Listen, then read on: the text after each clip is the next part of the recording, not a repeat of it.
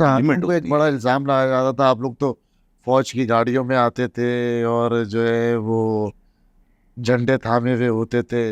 ये क्या मास एमक्यूएम मुत्तहदा कौमी मूवमेंट एस्टेब्लिशमेंट के साथ राब्ते में थी, या महाजर कौमी मूवमेंट एस्टेब्लिशमेंट के साथ राब्ते में थी, या दोनों राब्ते में थे, नहीं दोनों के मेरा साथ खिलवाड़ हुआ? नहीं नहीं, देखिए क्योंकि मैंने आपसे कहा कि मैं सियासी किस्म का आदमी नहीं रहा, एक हाँ, नज़रियाती तहरीकी हाँ, आदमी था, लेकिन जो सियासी अंदाज जिस तरह होता है कि मीडिया से इंटरेक्शन, सहाफ़ियों के साथ मिलना जुलना, तो जाहिर है कि वो मेरा कभी हाँ, रहा नहीं।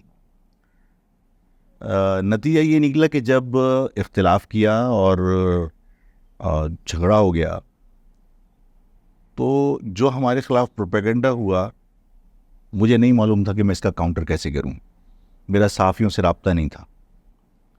तो जो प्रोपेगेंडा हुआ, जो अखबारात में आया, जो ज़माने के टीवी चैनल्स के ऊपर चला, लोगों ने उस पर यकीन कर लिया। लेकिन अब जब मौका मिला और सोशल मीडिया भी अब एक्टिव था, क्या वाकई कभी उस टाइम पे तो एस्टेब्लिशमेंट आपके साथ खड़ी हुई थी? नहीं क्या उस लड़ाई में जो है वो? नहीं, ये सब चीज़ें बाद में हुई।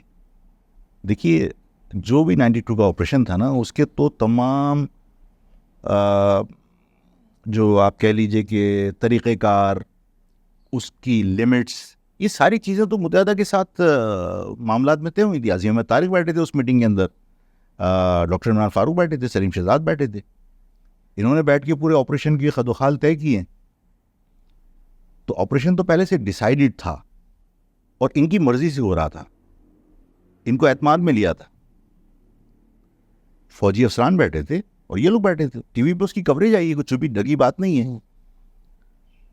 92 में जब हम आए हैं, तो उस वक्त जाहिर है कि इस्टेब्लिशमेंट मेंटली प्रिपेयर नहीं थी ये सब कुछ करने के लिए। और उसकी एक दलील ये है कि मैं पूरे शहर में अंधेरे में फजर की नमाज से पहले आ गया था, यानी तमाम जगह पर हमारे लोग चले गए थे और उन्होंने टेक्निकली हैंडल किया सारी चीज़ों को। अजीम भाई ने टेलीग्राम लिखा कि फौरी तौर पर फ़ौज भेजें, वरना ये हमें मार देंगे, 90 पर घुस जाएंगे, आवाम बहुत मुश्तिल है। अच्छा, और वो टेलीग्राम हेरल्ड पे छपा, रिकॉर्ड पर मौजूद है। अच्छा, उन्होंने रिक्वेस्ट की आर्मी की, और आर्मी उस वक्त तक नहीं आई थी, आर्मी दोपहर 3 बजे आई है, रिकॉर्ड पर है। लेकिन क्योंकि प्रोपेगेंडा हो चुका, मेरा कोई ताल्लुक नहीं था, मेरा कोई रब्ता नहीं था सहाफ़ियों से, मैं वजाहत नहीं कर सका। तो आप समझते हैं कि उस टाइम पर फौज के आने के बाद मामला ज़्यादा खराब हुआ? फौज के आने के बाद तो मतलब यूँ समझ लीजिए कि जो हमारी मूवमेंट थी और जो पब्लिक का हमारे साथ अटैचमेंट और उनके ख़िलाफ़ जो रिएक्शन था, जो मोमेंटम बना हुआ था, वो मोमेंटम टूट गया। इसलिए फ़ौज ने आगे सबको घरों में धकेल दिया और कई इलाकों में जो है वो फ़ौज की मूवमेंट हुई, गश्त हुई। वो जो एक टेम्पो था जो बना था, वो ब्रेक हो गया।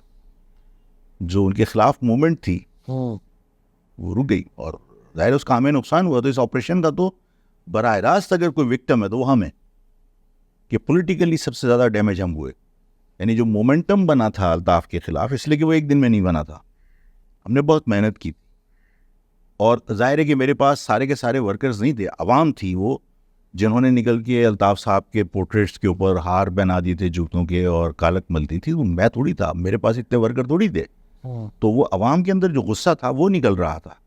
तो वो जो मोमेंटम बन गया था अल्ताफ़ साहब के या मुत्तहदा के ख़िलाफ़, क्योंकि मुत्तहदा के लोग बदमाशी करते थे हर जगह, पानी का कनेक्शन हो तो पैसे चाहिए, कोई बुज़ुर्ग जा रहा है तो उसने बदतमीज़ी करनी है, तो लोग बहुत तंग थे उनसे। मतलब शहर पर उन्होंने जो जिस तरह का रवैया लोगों से रखा था, तो वो मोमेंटम एजेंसी ने तोड़ दिया, फ़ौज ने तोड़ दिया ऑपरेशन करके। तो वो अगर 92 का ऑपरेशन हुआ तो सबसे बड़ा विक्टिम तो मैं हूँ। और अगर वो मोमेंटम ना टूटता तो?